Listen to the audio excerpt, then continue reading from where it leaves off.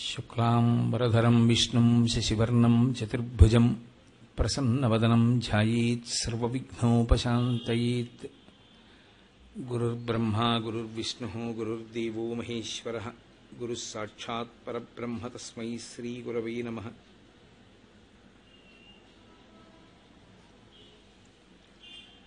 వ్యాసాయ విష్ణురూపాయ వ్యాసరూపాయ విష్ణవే నమో వై బ్రహ్మనిధయే వాసిష్ఠాయ నమో నమః.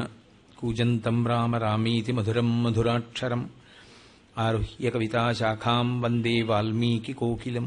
శ్రుతిస్మృతిపురాణానాం ఆలయం కరుణాలయం నమామి భగవత్పాదశంకరం లోకశంకరం. వాగర్ధావివ సంపృక్తౌ వాగర్ధప్రతిపత్తయే జగతః పితరౌ వందే పార్వతీపరమేశ్వరౌ. సూక్తిం సమగ్రయతున స్వయమేవ లక్ష్మీః శ్రీరంగరాజమహిషీమధురైః కటాక్షైః. వైదగ్ధ్యవర్ణకుణగుంభనగౌరవైర్యాం కండూలకర్ణకుహరాः కవయోధయంతి. హైమోర్ధ్వపుండ్రమజహన్మకుటం సునాసం మందస్మితం మకరకుండలచారుగండం బింబాధరం బహుళదీర్ఘకృపాకటాక్షం. శ్రీవేంకటేశముఖమాత్మని సన్నిధత్తాం. విమలపటీ కమలకుటీ పుస్తకరుద్రాక్షసస్తహస్తపుటీ కామాక్షి పక్ష్మలాక్షి కలిత విపంచీ విభాసి వైరించీ. మనోజవం మరుతతుల్యవేగం జితేంద్రియం బుద్ధిమతాం వరిష్టం. వాతాత్మజం వనరయూధముఖ్యం శ్రీరామదూతం శిరసా నమామి. ఆపదామపహర్తారం దాతారం సర్వసంపదాం లోకాభిరామం శ్రీరామం భూయో భూయో నమామ్యహం. హరి ఓం. పరమేశ్వర స్వరూపైన సభకి నమస్కారం. గౌరవనీయులు, ఇక్కడ విశాఖపట్నం గ్రామీణ ప్రాంత జిల్లాకి సూపరింటెండెంట్ ఆఫ్ పోలీస్గా పనిచేస్తున్నటువంటి శ్రీ శ్రీనివాస్ గారు, వారి భార్య గారు తూర్పుగోదావరి జిల్లా కాకినాడ పట్టణంలో పనిచేసి ఇక్కడికి వచ్చిన వారే. ఆ కారణం చేత వారి మీద ఒక గౌరవం. వారు ఇక్కడికి నేను విశాఖపట్నం రేపటి నుంచి ప్రసంగాలకు వస్తున్న సందర్భాన్ని పురస్కరించుకొని ఇక్కడికి వచ్చి ఒకరోజు మాట్లాడవలసింది అని వారు కోరితే వారి మీద ఉన్నటువంటి అభిమానం చేత తప్పకుండా వస్తాను అని మాట ఇచ్చి రావడం జరిగింది. చాలా చక్కటి అంశాన్ని, మంచి అంశాన్ని వారు కోరుకున్నారు. ధనము ధర్మము ప్రాముఖ్యత, ఈ విషయం మీద మాట్లాడవలసింది అన్నారు. ధనము అన్న మాటకి అర్థాన్ని నేను ప్రత్యేకంగా వివరించి చెప్పవలసినటువంటి అవసరం లేదు. ధనము యొక్క ప్రాముఖ్యత గురించి చెప్తూ ఒక మాట అంటారు. వేదమూలమిదం బ్రాహ్మం భార్యామూలమిదం గృహం కృషిమూలమిదం ధాన్యం ధనమూలమిదం జగత్. నాలుగింటిని చెప్తూ ప్రధానమైనటువంటి నాలుగింటిని స్పృశించారు. అసలు ఈ లోకమంతా కూడా మనుష్య జన్మ యొక్క సార్థకతని పొందడానికి అవసరమైనటువంటి దిక్కుని సూచించగలిగినటువంటి వాడు బ్రాహ్మణుడు. ఆయన శాస్త్రాన్ని అధ్యయనం చేసి లోకానికి అంతటికీ కూడా మనుష్య జన్మని సార్థకత చేసుకోవలసినటువంటి అవసరాన్ని, శాస్త్రాన్నే ప్రమాణంగా చెప్తూ ఉంటాడు. తస్మాత్ శాస్త్రం ప్రమాణంతే కార్యాకార్య వ్యవస్థితౌ.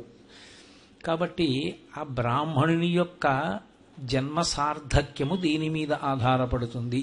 అంటే వేదమూలమిదం బ్రాహ్మం.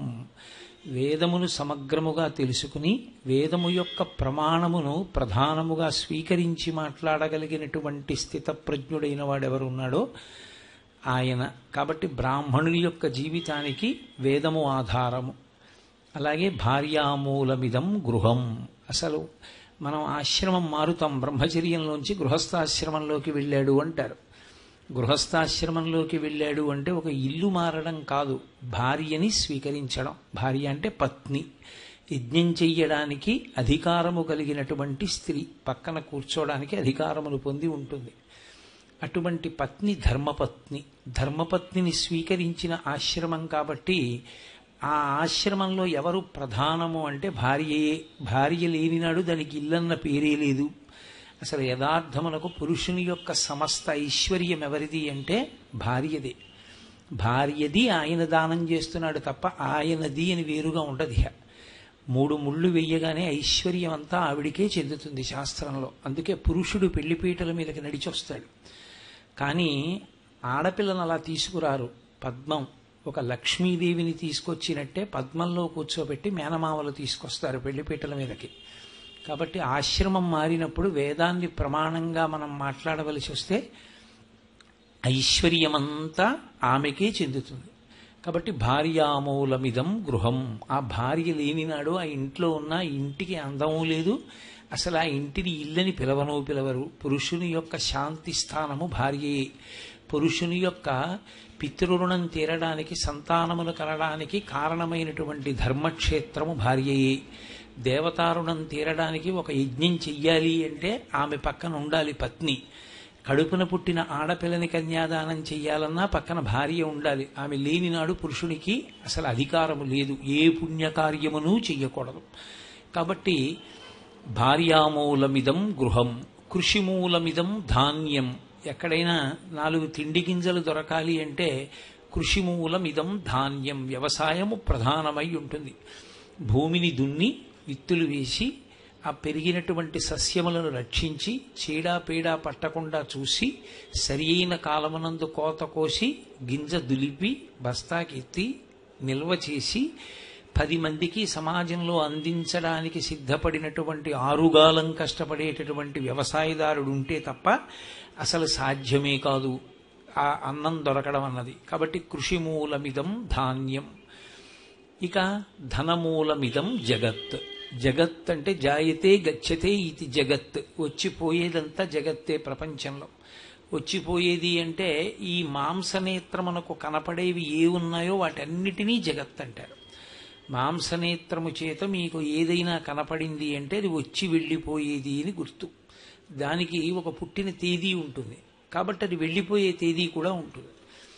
జనన మరణ చట్టమునకు ఇమిడిపోయేటటువంటి సమస్త ప్రపంచాన్ని కలిపి జగత్ అని పిలుస్తారు.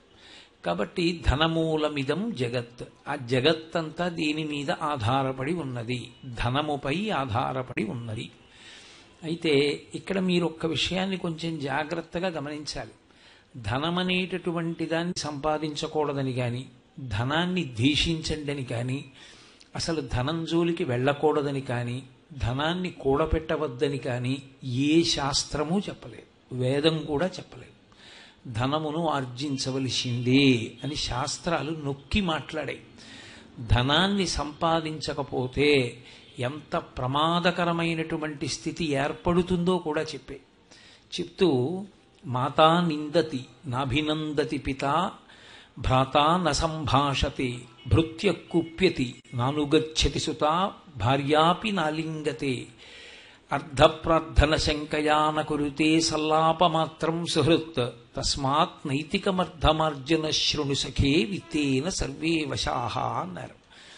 మాత నిందతి, అమ్మ తిట్టదు, అమ్మ ఎప్పుడూ ఆశీర్వచనమే చేస్తుంది. అమ్మ నోటి వెంట ఏదైనా ఒకవేళ నిందావాక్యం వచ్చినా అది తాటాకుమంట. అటువంటి అమ్మ ఒక వయస్సు వచ్చిన తరువాత పిల్లవాడు సంపాదించకపోతే నిందిస్తుంది.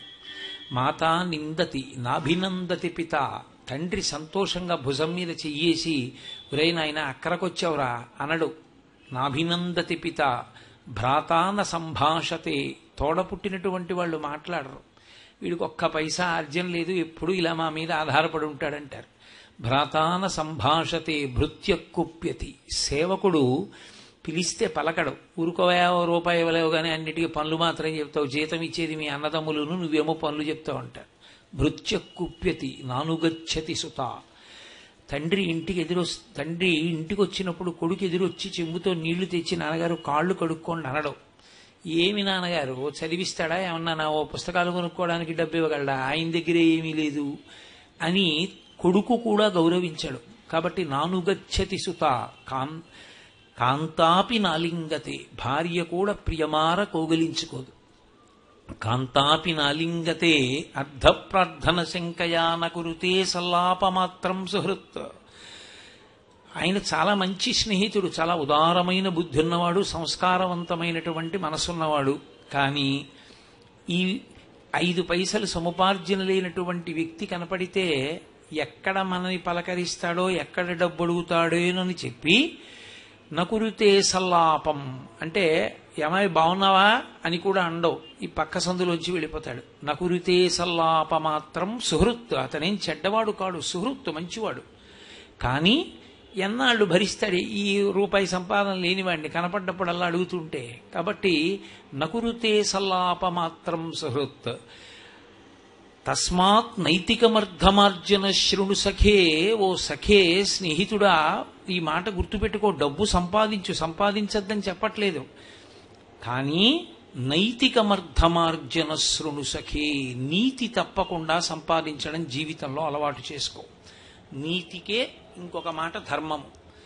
నీతి తప్పకుండా సంపాదించు. తస్మాత్ నైతికమర్ధమార్జన శృణు సఖే విత్తేన సర్వే వశాహ. నువ్వు ధర్మం తప్పకుండా సంపాదించినటువంటి ద్రవ్యం ఏదున్నదో దాని వలన సమస్తము నీకు వశపడుతుంది, నీకు చేతిలోకి అనుభవైక వేద్యం అవుతుంది. అలా కానినాడు అది పరమ ప్రమాదకరమై ఎప్పుడు కాలుద్దామా అని ఎదురు చూస్తూ కూర్చుని ఉంటుంది. కాబట్టి నీతి తప్పి మాత్రం ఎన్నడూ సంపాదించవద్దు అని శాస్త్రకారుని యొక్క ప్రతిపాదన. మీరు చూడండి, ధనం అనేటటువంటి మాట సమస్త జీవకోటి యందు ఒక్క మనుష్యునకు మాత్రమే అన్వయం. అసలు 84 లక్షల జీవరాశుల్లో 83,99,999 జీవులకు ధనమన్న మాటతో సంబంధం లేదు. ఇవన్నీ కూడా పరమేశ్వరుడు వాటి కర్తృత్వం చాలా తక్కువ, వాటికి పాపము లేదు పుణ్యము లేదు. వాటికి ఏవి అవసరమో చూశాడు, అవన్నీ దాని శరీరంలో పెట్టేశాడు అంతే. ఒక గేదె ఉందనుకోండి, అది తనని తాను రక్షించుకోవాలి. పరమేశ్వరుడు దానికి తుపాకీ, దాంట్లోకి గుళ్ళు అవి లోడ్ చేసుకోవడం, కాల్చడం అవన్నీ ఏం పెట్టలేదు. 2 కొమ్ములు పెట్టాడు. నీ జోలికి ఎవరైనా వస్తే ఆ కొమ్ములతో కుమ్ము అన్నాడంతే. ఒక పులి, దానికి చాలా వాడి అయినటువంటి గోళ్లు పెట్టాడు. నీ జోలికి ఎవరైనా వస్తే ఈ గోళ్లతో చీల్చి. ఒక ఏనుగు ఒక తొండం పెట్టాడు, నీ జోలికి వస్తే విసిరి. దానికి కావలసిన రక్షణ దానికి కల్పించాడు. ఒక గొర్రె, దానికి ఒంటి నిండా ఉన్ని పెరిగి చలి నుంచి రక్షించుకోవడానికి కావలసినటువంటి అవకాశం ఇచ్చాడు. ఓ పక్షి 2 రెక్కలు ఇచ్చి నువ్వు ఆకాశంలో ఎగురు, కింద ఉన్న కోడి పిల్లని తన్నుకుపోయి నువ్వు తింటూ ఉండు. దానికి ఓ శక్తిని ఇచ్చాడు, ఆ పైనుంచి కంటితో చూడ్డానికి. ఒక్క మనుష్యునికి మాత్రం పరమేశ్వరుడు ఈ శక్తులు ఏవీ ఇవ్వలేదు.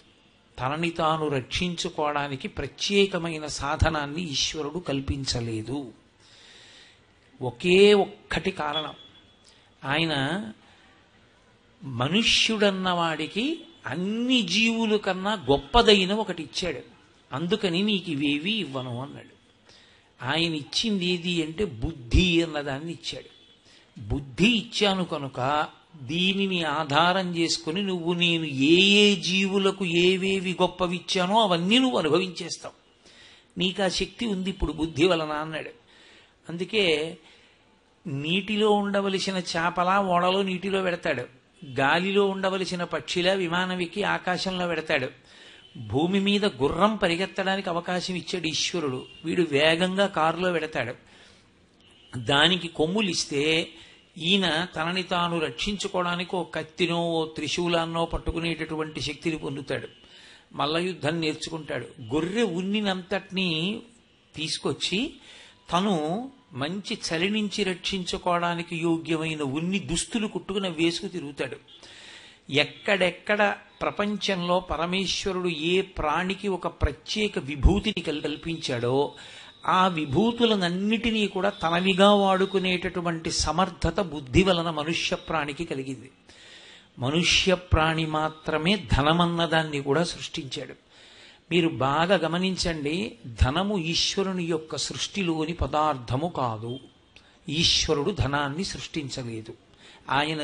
ఆయనకి ధనానికి సంబంధం లేదు. చతుర్ముఖ బ్రహ్మగారి సృష్టిలో ధనమన్న మాట లేదు. ప్రపంచంలో ఎప్పుడైనా ఈశ్వర సృష్టి అయితే అది ఎక్కడైనా అందుకే పనికొస్తుంది, ఒకలాగే పనికొస్తుంది. ఓ జామకాయ అనుకోండి, అమెరికాలోనైనా జామకాయ, ఇండియాలోనైనా జామకాయ. కానీ అమెరికాలో డాలర్ ఇండియాలో పనికి రాకపోవడం, ఇండియాలో రూపాయి అమెరికాలో పనికి రాకపోవడం ఈశ్వర సృష్టిలోది కాదు. అది మనుష్యుడు సృష్టించుకున్నాడు ధనాన్ని. అందుకే ఎవరో పెద్ద ఆయన ఓ మాట అన్నాడు, poverty started only with a rupee అన్నాడు.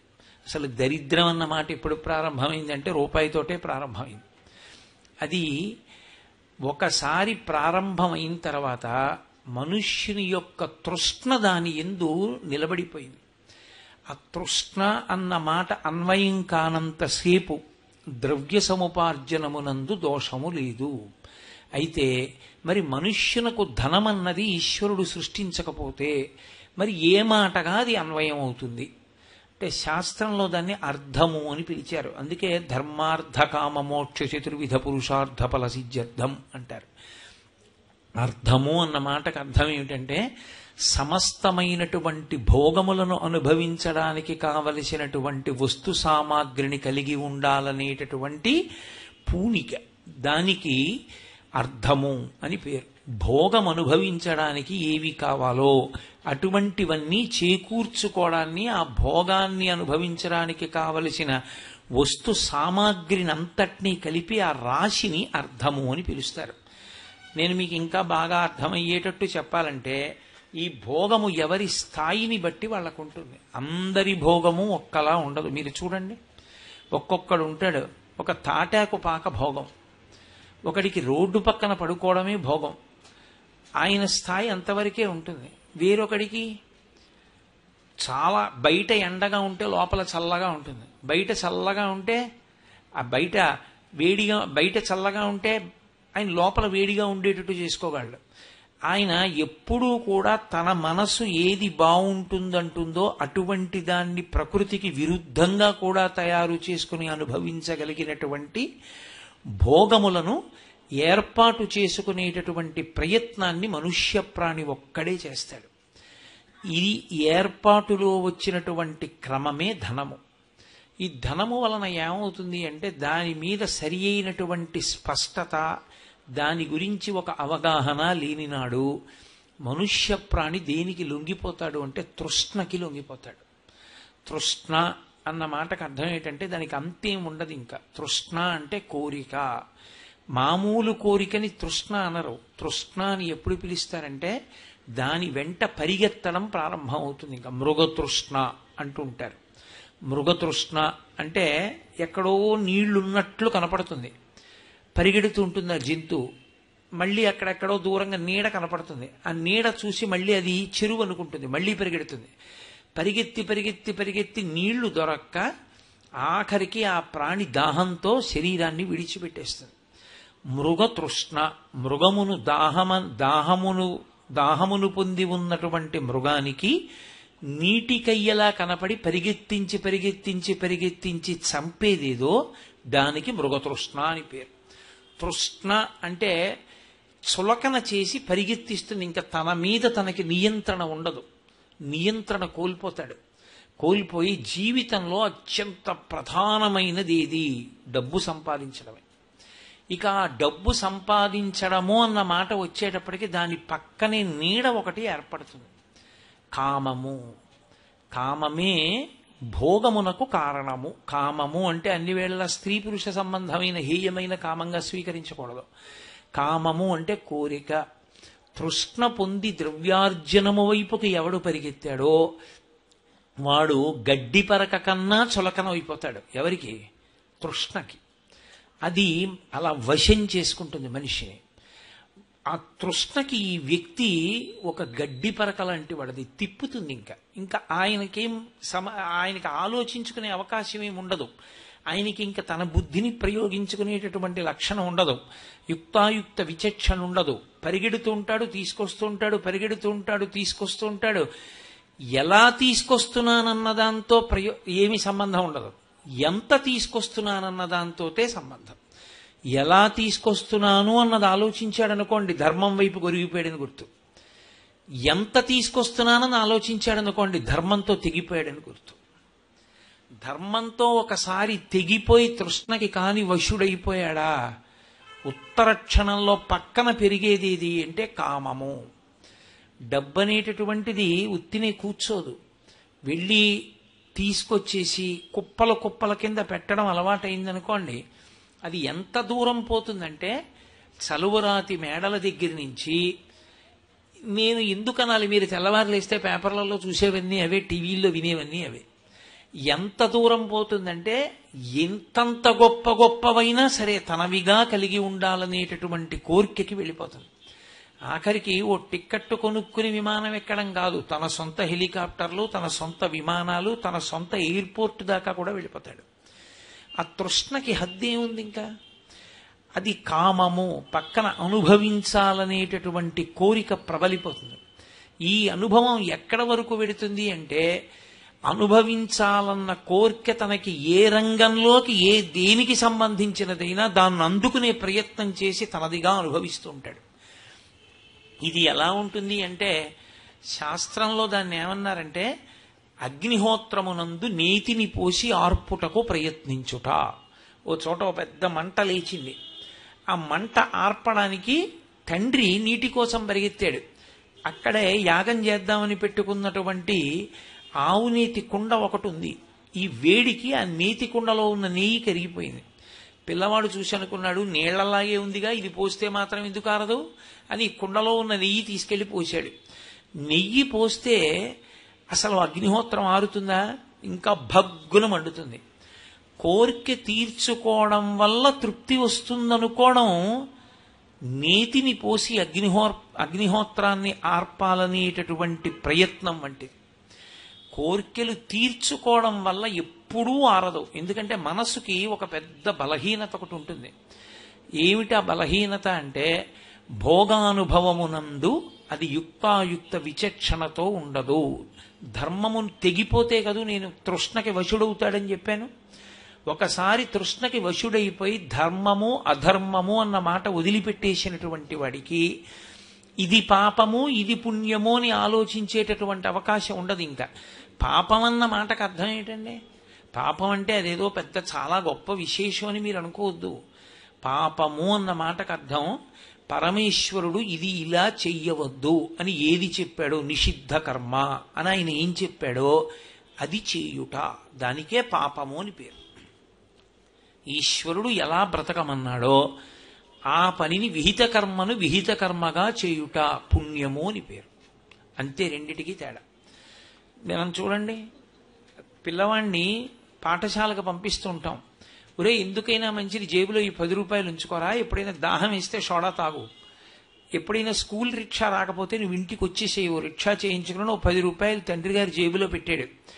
ఇప్పుడు తండ్రి ఈ 10 రూపాయలు జేబులో ఎందుకు పెట్టాడంటే, ఈ 10 రూపాయలు అతను చదువుకోవడంలో వచ్చేటటువంటి వైకల్యములను అధిగమించడానికి సాధనంగా ఇచ్చాడు. పరమేశ్వరుడు ఈ మనుష్య శరీరాన్నిచ్చి బుద్ధి అన్న ద్రవ్యాన్ని జేబులో పెట్టాడు. ఒరే, ఈ బుద్ధిని ఉపయోగించి నేను ఎలా భోగమనుభవించమన్నానో అలా అనుభవించు, అలా అనుభవించి నువ్వు నాకు దగ్గర అయిపోతావు. నాన్నగారండి మీరు 10 రూపాయలు ఇచ్చారు, విపరీతమైన మబ్బేసేసిందండి, గాలి ఎక్కడ చూసినా చెట్లు పడిపోయాయి, ఏ రిక్షా కూడా 2 రూపాయలకు వచ్చేవాడు 20 రూపాయలు ఇస్తే కానీ రానన్నాడు నాన్నగారు, ఒక్క రిక్షావాడు మాత్రం 10 రూపాయలు ఇస్తే వచ్చాడండి అన్నాడు కొడుకు.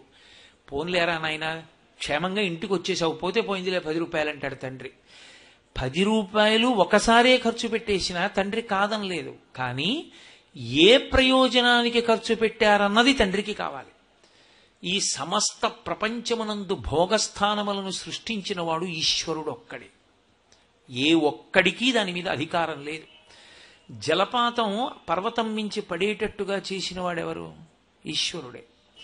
ఒక గులాబీ పువ్వు రేకులు అందంగా విచ్చుకుని అంత అందంగా ఉన్న పువ్వులోంచి సౌరభం వచ్చేటట్టు చేసిన వాడెవరు? పరమేశ్వరుడే. ఒక రాతి మీద గంధపు చెక్కని పెట్టి అరగదీస్తే దాంట్లోంచి సువాసనలు వెలజల్లేటటువంటి చందనపు ముద్ద వచ్చేట్టు చేసినవాడు పరమేశ్వరుడే. అన్ని భోగములను ఆయనే సృజించాడు. ఆయనే వీణని ఇచ్చాడు, ఆయనే వేణువిచ్చాడు, ఆయనే సంగీతాన్ని ఇచ్చాడు, ఆయనే మంచి మంచి పర్వతాలు ఇచ్చాడు, గొప్ప పూతోటలు ఇచ్చాడు. ఇవన్నీ ఆయనే ఇచ్చాడు.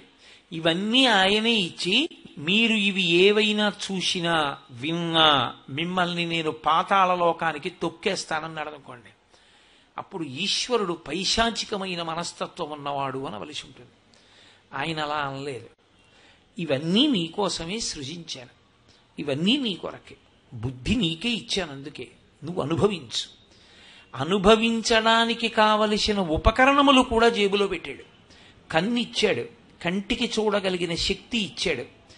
కన్నిచ్చి కంటికి చూడగలిగిన శక్తిని తీసేశాడు అనుకోండి, మీరు ఒక్క క్షణం ఆలోచించండి, ఈ ప్రపంచంలో ఎన్ని భోగాలతో మీకు అనుభవం తెగిపోయింది.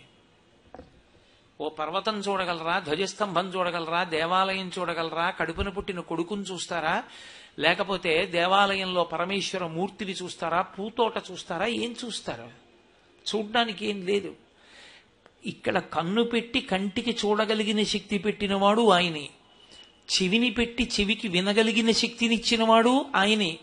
నువ్వు ఒక మధురమైనటువంటి సంగీతం ఉంటే విను, పక్షి కూత వినపడితే విను, భ్రమరము యొక్క ఝంకారమును విను, కొడుకు యొక్క వచ్చీరాని మాటలను విను, పెద్దలు చెప్పిన మంచి మాటలు విను.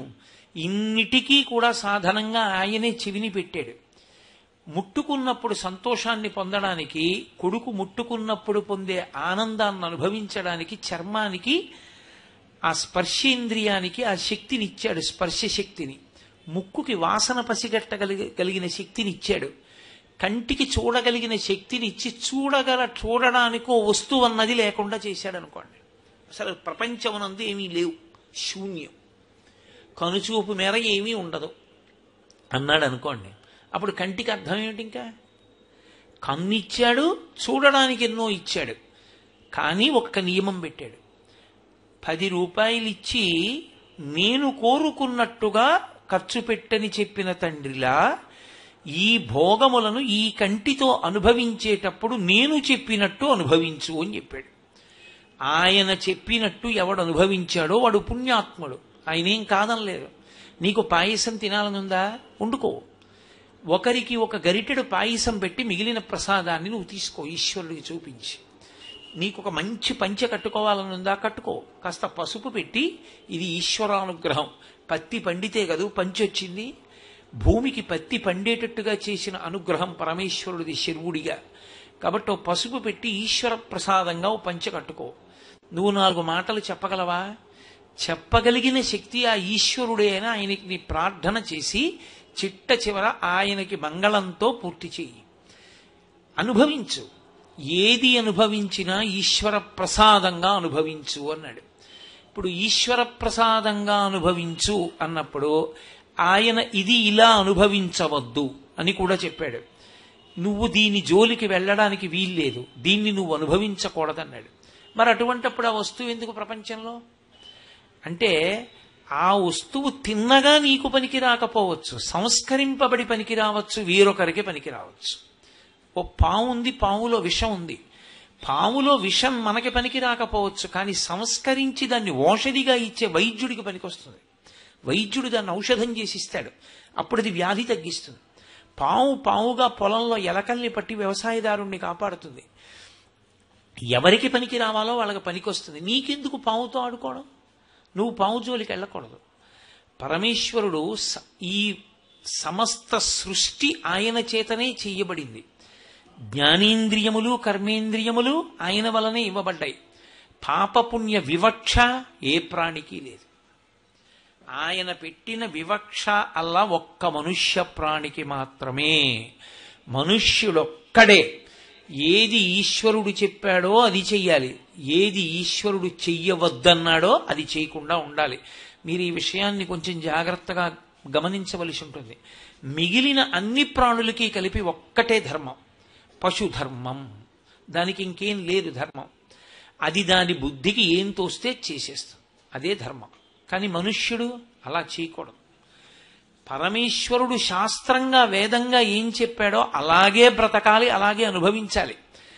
దానికే ధర్మము అని పేరు. పాపము పుణ్యము అన్న 2 మాటలకు ఎలా చెయ్యాలి అనేటటువంటి విషయం మీద అవగాహన కలగడానికి పరమేశ్వరుడు వేదంలో ఎలా బ్రతకమని చెప్పాడో అలా బ్రతకమని చెప్పిన విషయాన్ని తెలుసుకుని బ్రతకడానికే ధార్మికంగా బ్రతికాడు అని అంటారు.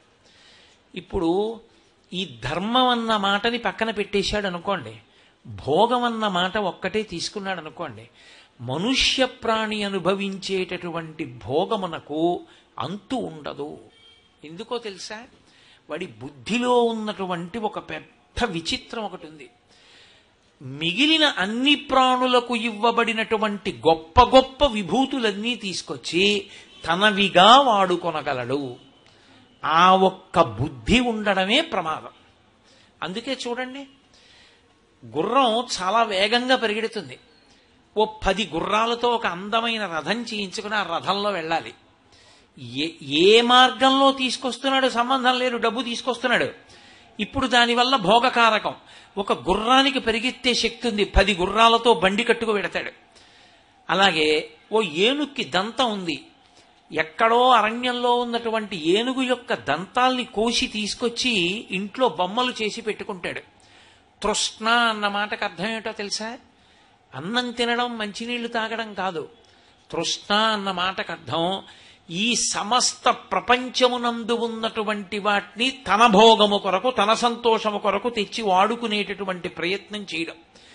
దీనికి ప్రధానమైన సాధనమేది అంటే ధనము.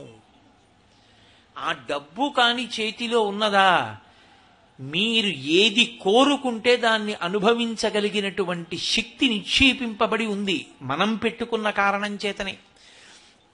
ఓ ఏనుగు దంతం తేగలడు, ఓ జింక తోలు తేగలడు, పులి చర్మం తెచ్చుకోగలడు, పులి గోరు పీకి తీసుకొచ్చి మెళ్ళలో వేసుకోగలడు. ధనం చేతిలో ఉంటే ఎన్ని కోర్కెలైనా తీర్చుకోగలడు. కానీ ఆ కోర్కెలను తీర్చుకున్న కారణం చేత తాను తృప్తిగా ఉండగలడా? ఈ ఒక్క విషయాన్ని మీరు జాగ్రత్తగా ఆలోచించండి.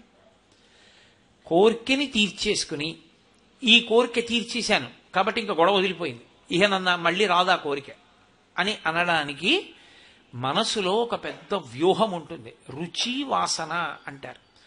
ధర్మమా అధర్మమా పక్కన పెట్టి అనుభవించు అంటుంది. ఓసారి అనుభవించేశాడు అనుకోండి, బాగుంది ఇంకొద్దులే అంటుంది.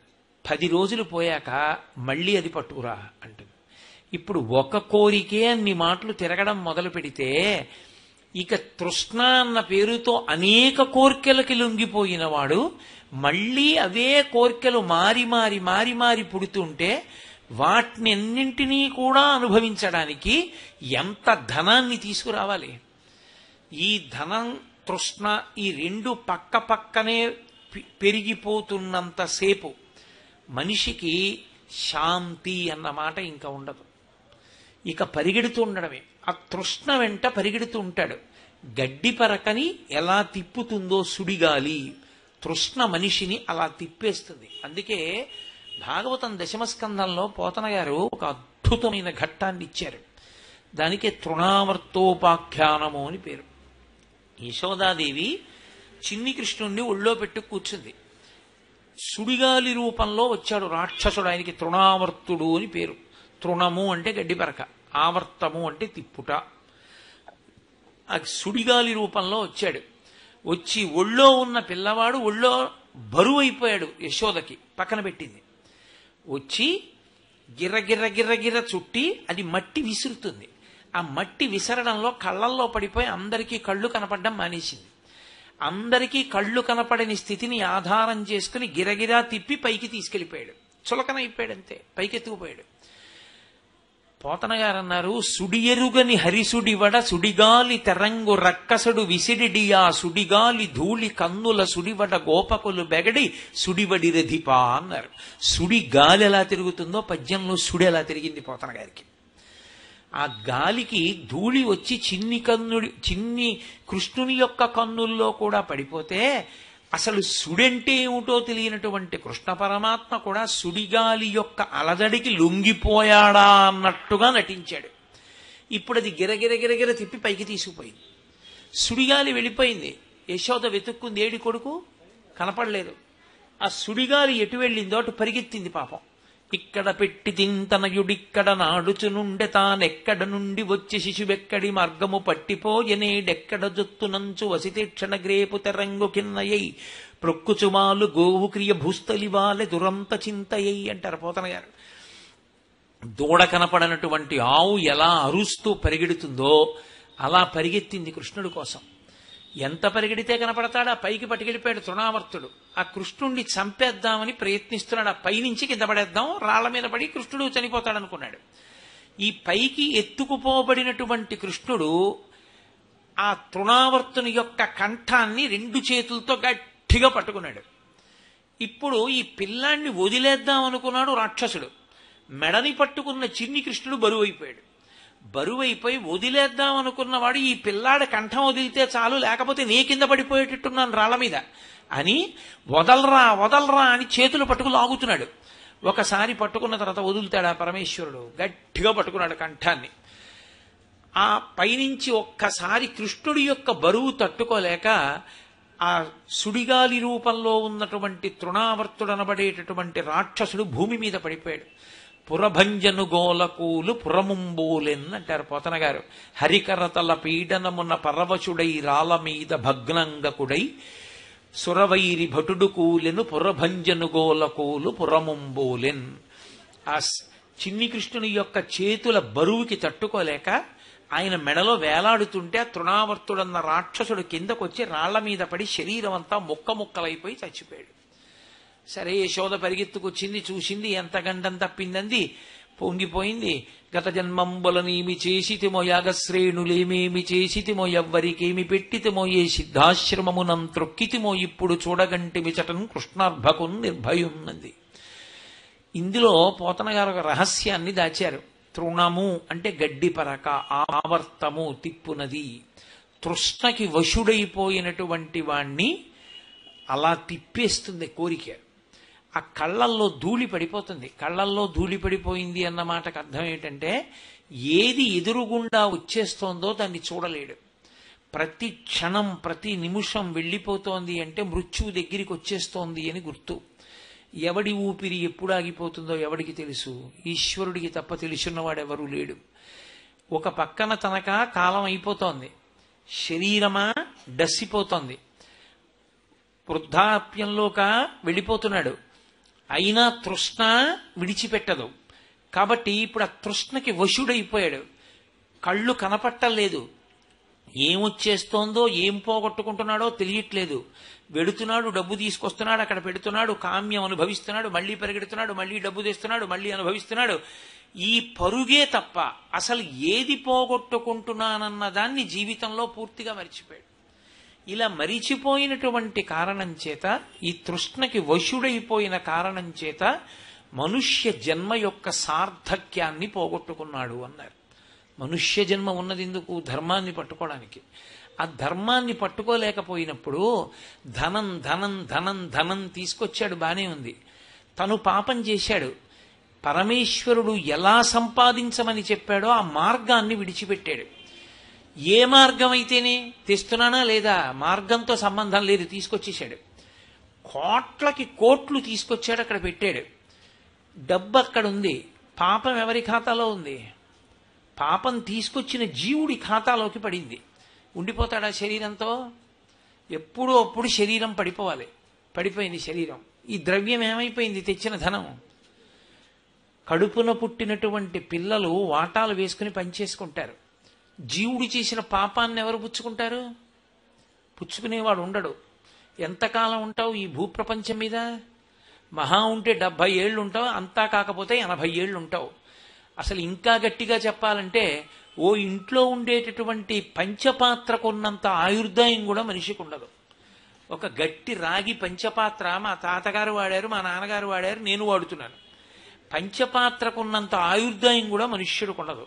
ఓ 70 ఏళ్ళు ఉంటావు. 70 ఏళ్ల తర్వాత శరీరం విడిచిపెట్టావు.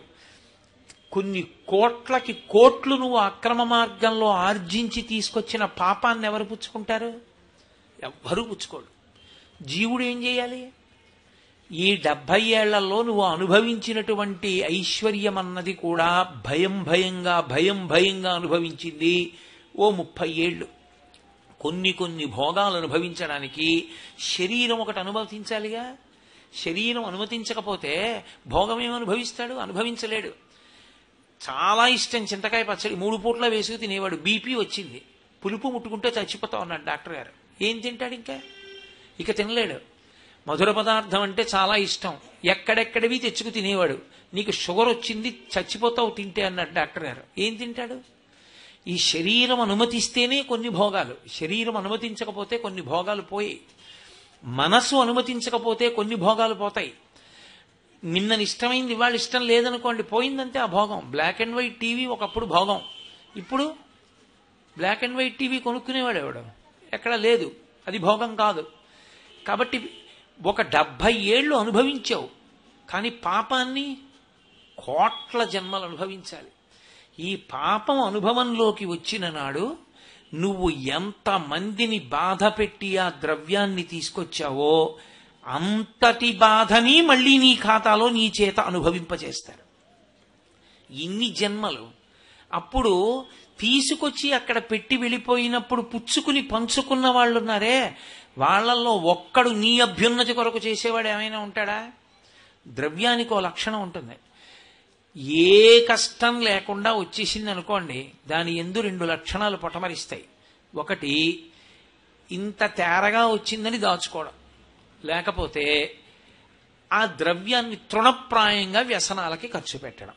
ఈ 2 తప్ప మళ్ళీ దాన్ని ధర్మంతో పట్టుకునేటటువంటి లక్షణం చాలా తక్కువగా ఉంటుంది. ఇప్పుడు ఏమైపోయింది? ఏం చేసినట్టు?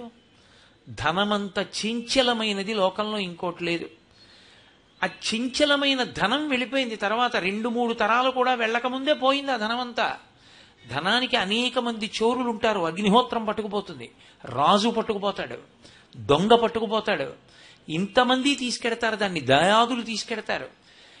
వీడు అక్రమంగా తీసుకొచ్చిన ధనం అని ప్రభుత్వం తెలుసుకున్నా, రాజు తెలుసుకున్నా, ధనాన్నంతటినీ రాజు తీసేసుకున్నాడు. నీ పోయిన కాలం ఏమైపోయింది? ఎక్కడి నుంచి వస్తుంది అనుష్ఠానం? ఇప్పుడు ఎక్కడికెడతావు? ఏ దేవాలయానికి ఎడతావు? వెళ్ళడానికి అవకాశం ఏది? ఏ జపం చేస్తావు? ఏ పుణ్యకార్యం చేస్తావు?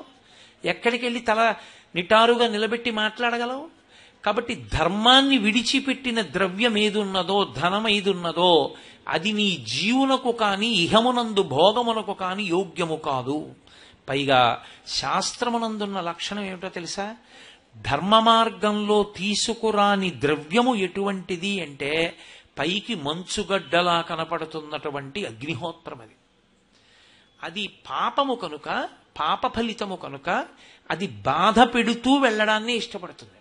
అది బాధ పెడుతూ వెళ్ళాలి. కాబట్టి హాయిగా సంతోషంగా జీవనం చెయ్యవలసిన వాడు లక్షలకి లక్షలు తీసుకెళ్లి ఎక్కడో కష్టంలోంచి బయటికి రావడానికి పెట్టుకోవలసి ఉంటుంది. దాన్ని ఎవడు చెప్పిన విషయం? ఎందుకు వచ్చినటువంటి అల్లరి?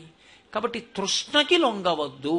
ధనము ధర్మము అన్న మాటలో ప్రాముఖ్యత అన్న మాటకు అర్థం ఏంటంటే దేనికి విలువనివ్వవలసి ఉంటుంది అన్నది మనుష్య ప్రాణి చూసుకోవాలి.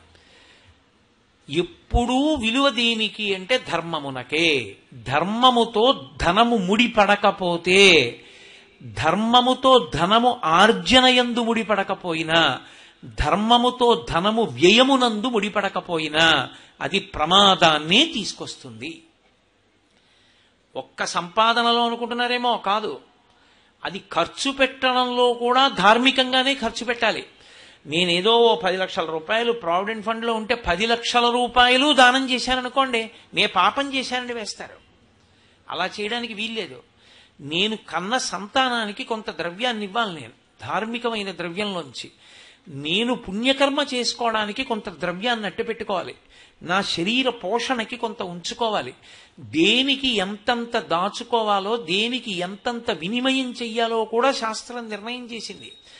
కాబట్టి ధర్మంతో ముడిపడని ఖర్చు ప్రమాదహేతువు, ధర్మంతో ముడిపడనటువంటి ఆర్జన ప్రమాదహేతువు. ధర్మంతో ముడిపడిపోయింది పరమ సంతోషకరం. ఇప్పుడు మీరు ఒక్కటి గుర్తుపెట్టుకోండి, ధర్మంతో ముడిపడిపోవడం అన్న మాటకి అర్థం ఎక్కడుంటుంది?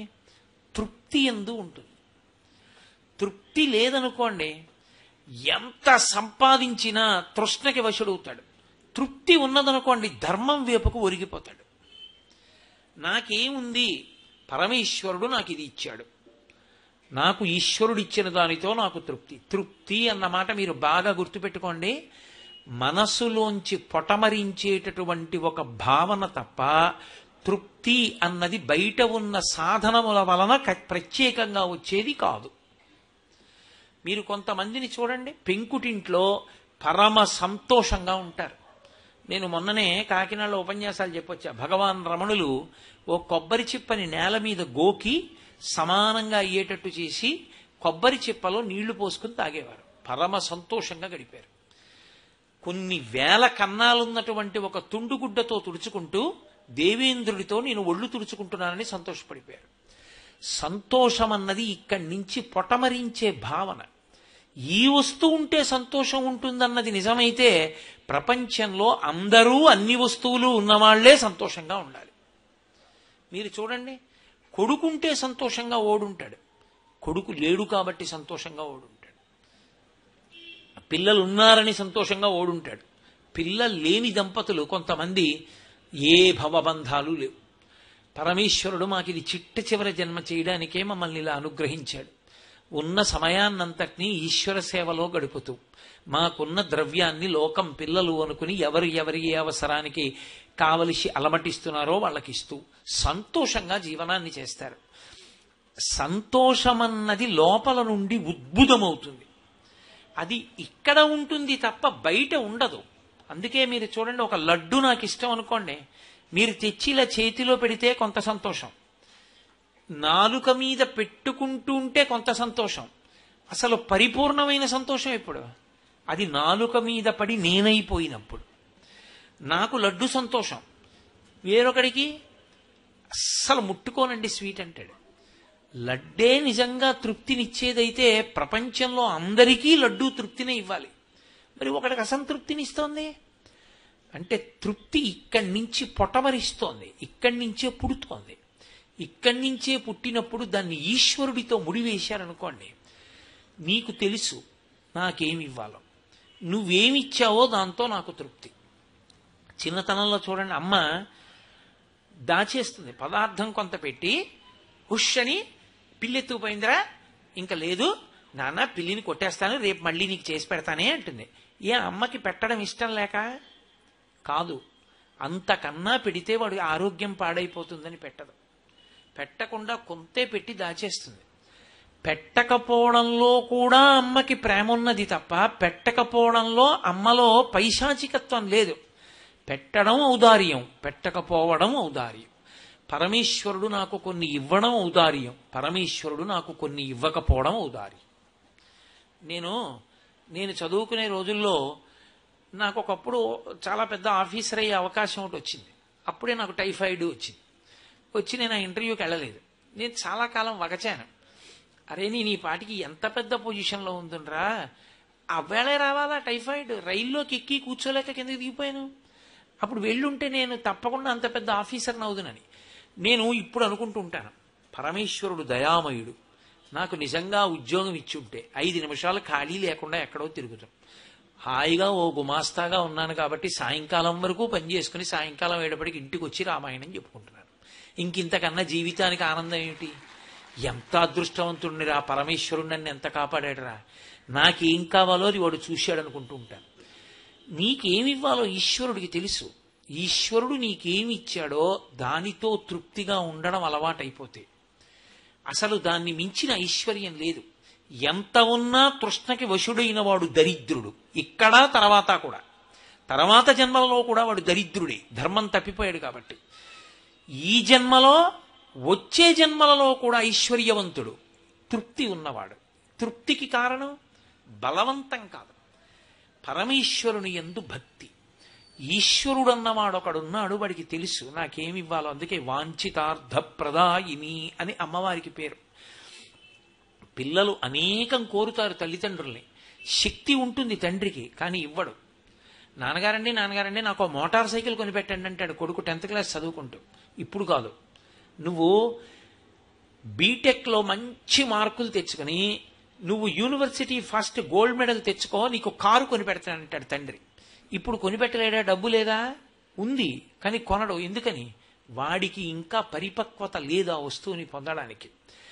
పరిపక్వత లేని బిడ్డకి తండ్రి ఎలా ఇవ్వడో అలా నాకు ఇది అవసరం లేదు, అది ఉంటే నేను పాడైపోతానేమోనన్న ఉద్దేశ్యంతోనే పరమేశ్వరుడు నాకు అది ఇవ్వలేదు. నాకు పరమేశ్వరుడు ఏది ఇచ్చాడో అది నా అభ్యున్నతికి కారణం. కాబట్టి నాకేది ఇచ్చాడో దాన్ని నేను సక్రమంగా వాడుకుంటాను. నాకు చాలు, నాకు ఇచ్చింది అనుకున్నవాడు తృప్తితో ఉన్నాడు. ఇప్పుడు తృప్తి అన్నది ఉందనుకోండి, దానికన్నా మించిన ఐశ్వర్యం ప్రపంచంలో ఇంకోటి ఉందని శాస్త్రంలో లేదు. అన్నిటికన్నా తృప్తి ఏదని అడిగారు శంకరాచార్యులు వారు. కౌపీనవంత కలు భాగ్యవంత అన్నారు. గోచీ పెట్టుకున్నవాడే అందరికన్నా ఐశ్వర్యవంతుడు అన్నారు. ఎందుకని? బోలెడన్ని పొలాలు ఉన్నవాళ్ళు, బోలెడన్ని మేడలున్నవాళ్ళు, బోలెడంత మంది పిల్లలున్నవారు, కోట్లకి కోట్ల డబ్బున్నవాళ్ళు అన్నీ విడిచిపెట్టి ఓ కాషాయం గుడ్డ కట్టుకుని ఊరి అవతల ఎక్కడో పాటలో ఉన్నవాడి దగ్గరికి వెళ్ళి కాళ్ళకి నమస్కారం చేసి, అయ్యా శాంతిగా ఉండడానికి ఏమైనా మార్గం చెప్పండి అని చెప్తున్నారంటే శాంతి విడవడంలో ఉందా, పట్టుకోవడంలో ఉందా? పట్టుకోవడంలో శాంతి ఉంటే విడిచిపెట్టిన వాళ్ళందరి దగ్గరికి ఎందుకు పరిగెడుతున్నారు? విడిచిపెట్టిన వాడు పట్టుకున్న వాళ్ళకి మార్గం చెప్తున్నాడు. కాబట్టి అందుకే పట్టు విడుపు అంటారు. పట్టుకోనివాడు విడవలేడు, విడవాలనుకున్నవాడు పట్టుకున్నవాడై ఉండాలి. అసలు పట్టుకోవడం ఎందుకు అంటే విడిచిపెట్టడం కోసమే. గృహస్థాశ్రమంలోకి ప్రవేశించడం ఎందుకంటే అసలు సుఖం అంటే ఎలా ఉంటుందో చూడడానికి. భార్య, బిడ్డలు, కుటుంబం, సంతోషం, సుఖం, ఏదో చక్కగా కొత్త బట్టలు కట్టుకోవడం, పాయసం వండించుకోవడం, తినడం, పిల్లలు అందరూ కలిసి కూర్చోవడం. ఎన్నాళ్ళు? నా కొడుకుని కన్నాను, వాడికి పెళ్లి చేశాను, పీటల మీద కూర్చున్నాను. వాడికి పుట్టినప్పుడు బాలసార చేశాను, పీటల మీద కూర్చున్నాను. వాడికి ఉపనయనం చేశాను, పీటల మీద కూర్చున్నాను. వాడికి స్నాతకం చేశాను, పీటల మీద కూర్చున్నాను. ఇప్పుడు వాడికో కొడుకు పుట్టాడు, నాన్నగారని మీరు కూర్చోండి అంటాడని కూర్చుంటానా? వాడు కూర్చుంటాడు. ఇంకా నువ్వెందుకు అంటే శాస్త్రం అక్కడే చెప్పేసింది. నీ చెప్పులు ఇప్పేశావు, ఆ చెప్పులు ఇంకోటి వేసేసుకున్నాడు. ఇప్పుడు నువ్వు చెయ్యవలసిన పని ఇంకోటి ఉంది. ఒరిగిపోతోంది సంధ్య, ఈశ్వరుణ్ణి పట్టుకోవాలి. అవి ఎన్నాళ్ళు అనుభవిస్తావు? అందుకే పరమేశ్వరుడికి శంభుహు అని పేరు. శంభుహు అన్న మాటకు అర్థం ఏంటంటే సుఖములను ఇచ్చి ఇచ్చి ఇచ్చి ఇచ్చి అనుభవింపచేసి ఈ సుఖములు ఒక సుఖమా అన్న వైరాగ్య సుఖాన్ని ఇస్తాడు. ఏముందండి ఇవన్నీ నేను అనుభవించినవి, ఇవన్నీ సుఖాలా అని పరమేశ్వరుడి ధ్యానం, పరమేశ్వరుడి గురించి చదువుకోవడం, ఆయన మీద పద్యం చెప్పుకోవడం, ఓ దేవాలయంలో కూర్చోవడం, ఆయన్ని దర్శనం చేయడం, హాయిగా పరమేశ్వరుడు ఇది పెట్టాడో తిన్న రుచితో సంబంధం లేకుండా 70 ఏళ్ళు వచ్చే నాకు రుచి ఏమిటమ్మా అని కోడలు పొరపాటున చేయి కడుక్కున్నటువంటి నీళ్లు తీసుకొచ్చి మామయ్య గారండి చారు అన్నా సరే తినేశాడు. అయ్యో మామయ్య గారండి అదేమిటండి అలా తినేశారు, చేయి కడుక్కున్న నీళ్లు పోశానండి, చారు వేరే ఉంది అంటే, అమ్మా ఇంకా రుచి కోసం తినే రోజులా? రుచి కోసం తినే రోజులు వెళ్ళిపోయాయమ్మా, నీ చెయ్యి కడుక్కున్న నీళ్లు కూడా చారే అన్నాడు. అది వైరాగ్యం అంటే, అది సుఖం. ఆ భావన సాధన చేత చేరుకున్నవాడు తృప్తితో ఉంటాడు. ఎక్కడ ఈశ్వరుడు ఏది ఇచ్చాడో దాని వలన తృప్తి. అంతేకాని ఇక అనుభవించడానికి యోగ్యత పోయాక తృప్తి వస్తే అది తృప్తి కాదు. శంకరాచార్యులు వారు భజగోవిందంలో అంటారు, వయసిగతే కక్కామ వికార శుష్కే నీరే కక్కాసార క్షీణే విత్తే కప్పరివారో జ్ఞాతే తత్వే కస్సంసార. వయసంతా అయిపోయింది, 80 ఏళ్ళు వచ్చాయి, నాకేం కామవికారం లేదంటే ఇంకా ఉంటే నిన్ను దగ్గరికి కూడా రానివ్వరు ఎవరు, తాతగారిని కూడా ఎవరు పిలవరు. వయసు అయిపోయింది, కామం పోయింది. ఇంక ఇప్పుడు నీకు ఇప్పుడు నేను ఎంతో మర్యాదగా ఉంటున్నానంటే అసలు నాకు కామమే పట్టవరించదు మనసులో అంటే అసలు నీ శరీరం ఒకటి అనుమతిస్తే కదూ. వయసిగతే కక్కామ వికార శుష్కే నీరే కక్కాసార. ఇంతకు ముందు చూపించి అదిగోనండి చెరువు అనేవారు, ఇప్పుడు నీళ్ళన్నీ ఎండిపోయాయి. అదిగోనండి చెరువు అంటే అది చెరువు ఏమిటి, మొహం అందులో నీళ్ళే ఉన్నాయని అడగారు. నీళ్ళు ఎండిపోయిన చెరువు ఏమిటి? శుష్కే నీరే కక్కాసార క్షీణే విత్తే కప్పరివారో. డబ్బులున్నాయి 4, అబ్బో ఎన్ని అనుబంధాలు, బాబాయ్ గారు, మామయ్య గారు, పెదమామయ్య గారు, చిన్నమామయ్య గారు, ఎంతమంది చేరుతారో. డబ్బంటావా?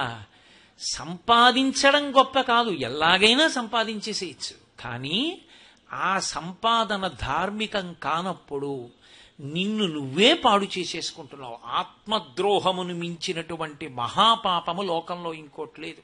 వాడు ఎవరినో చెరుపుతున్నాడు అనుకోవడం పెద్ద తప్పు. వాడు ఎవరిని చెరిపేసుకుంటున్నాడో తెలుసా? తనకి తానే చెరుపుకుంటున్నాడు.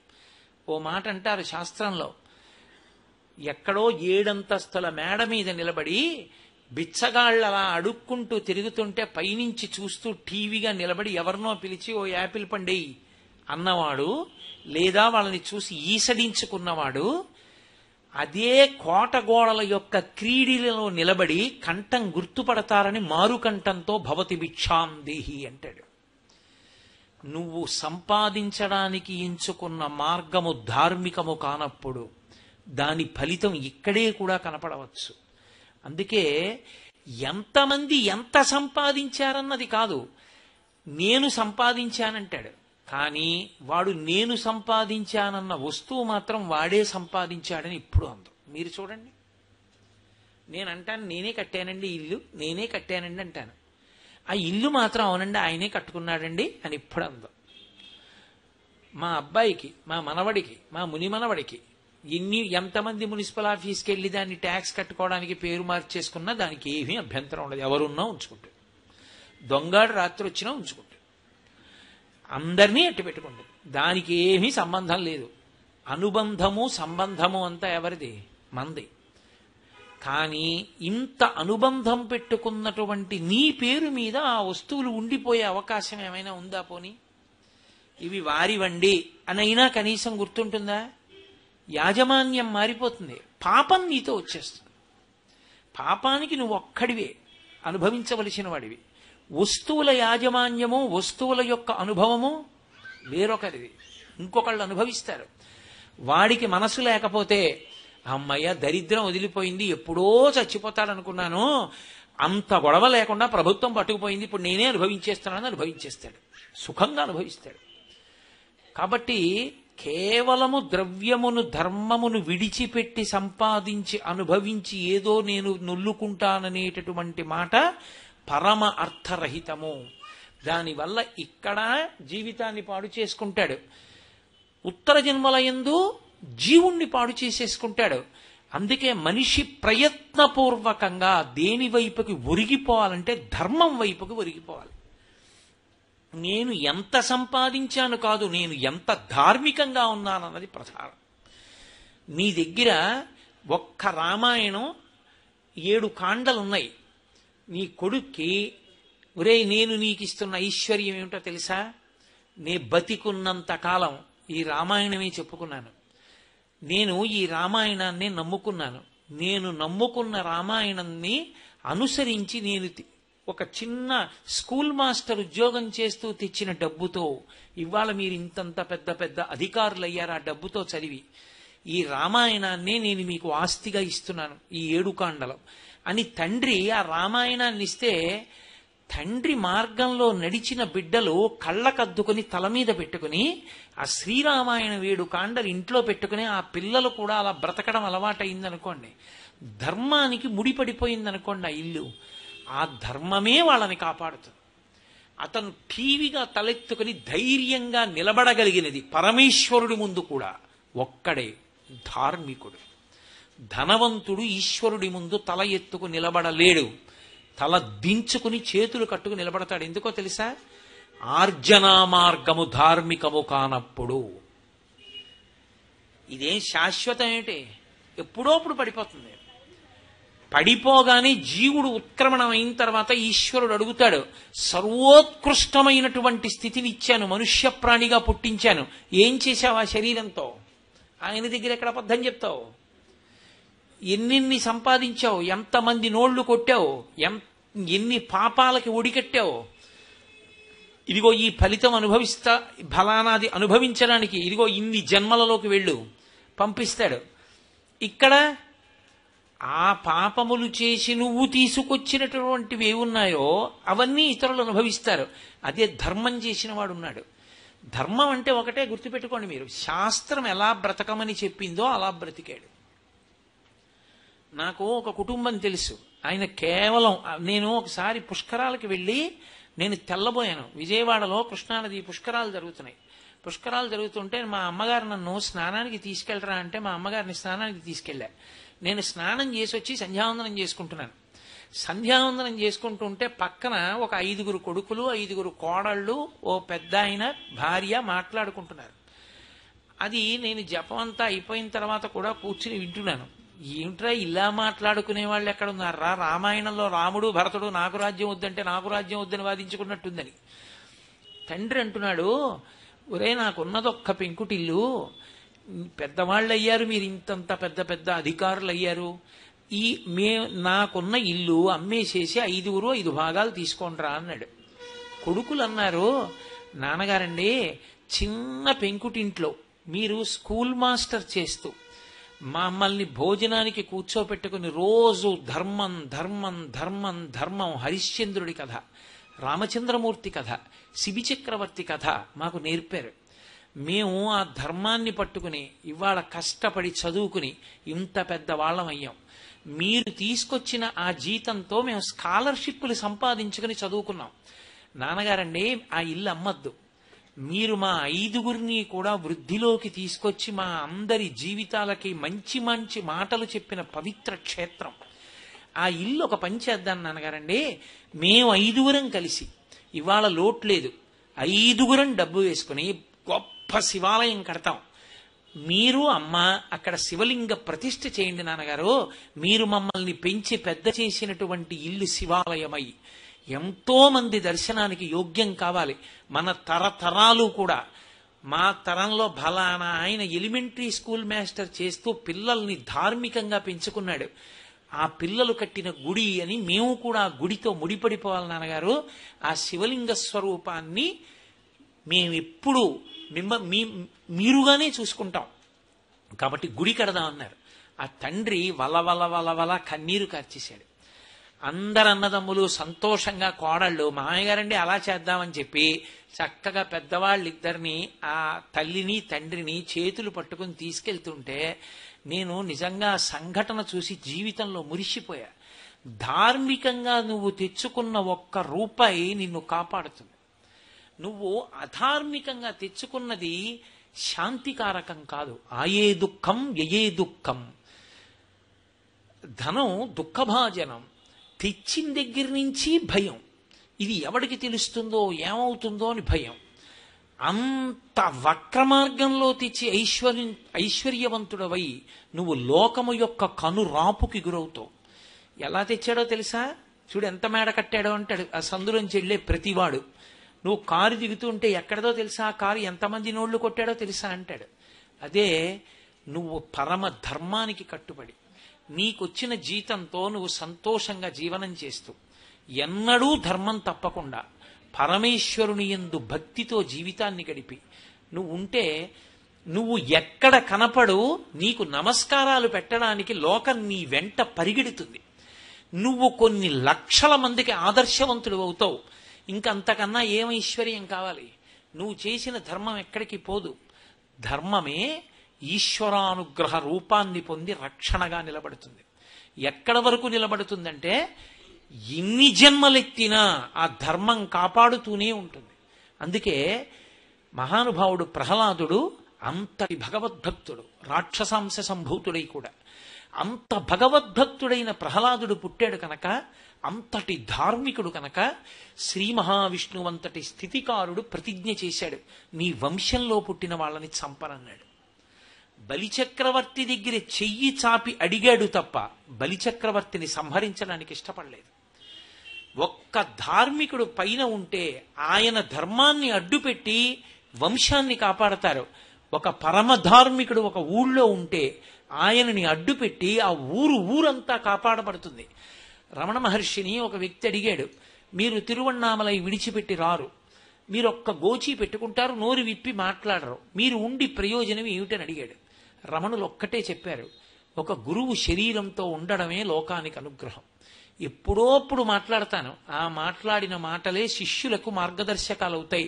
నేనే కాదు, ఏ గురువు అయినా శరీరంతో ఉండడమే లోకానికి ప్రయోజనం.